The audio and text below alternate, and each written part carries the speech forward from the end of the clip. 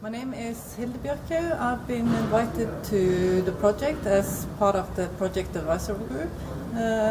On a daily basis, I work at Ruralis, Institute for Rural and Regional Research in Norway, and have a background in rural research and studies of agriculture and food. And I've been asked to address some social science issues into the project. What are the challenges? And I think from my perspective, there are challenges on both structural and individual levels.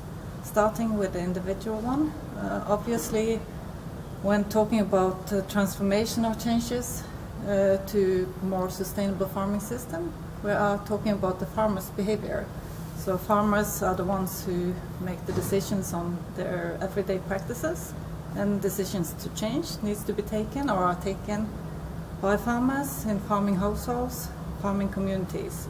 And the constraints that many farmers see or experience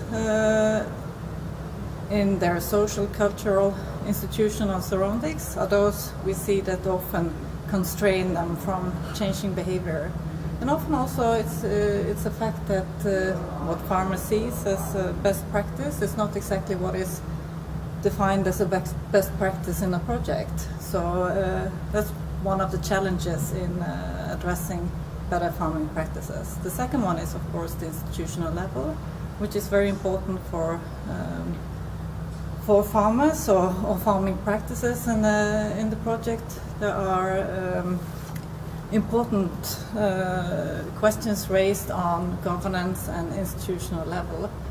And one challenge is to identify relevant actors and institutions that are able to motivate for the wanted changes.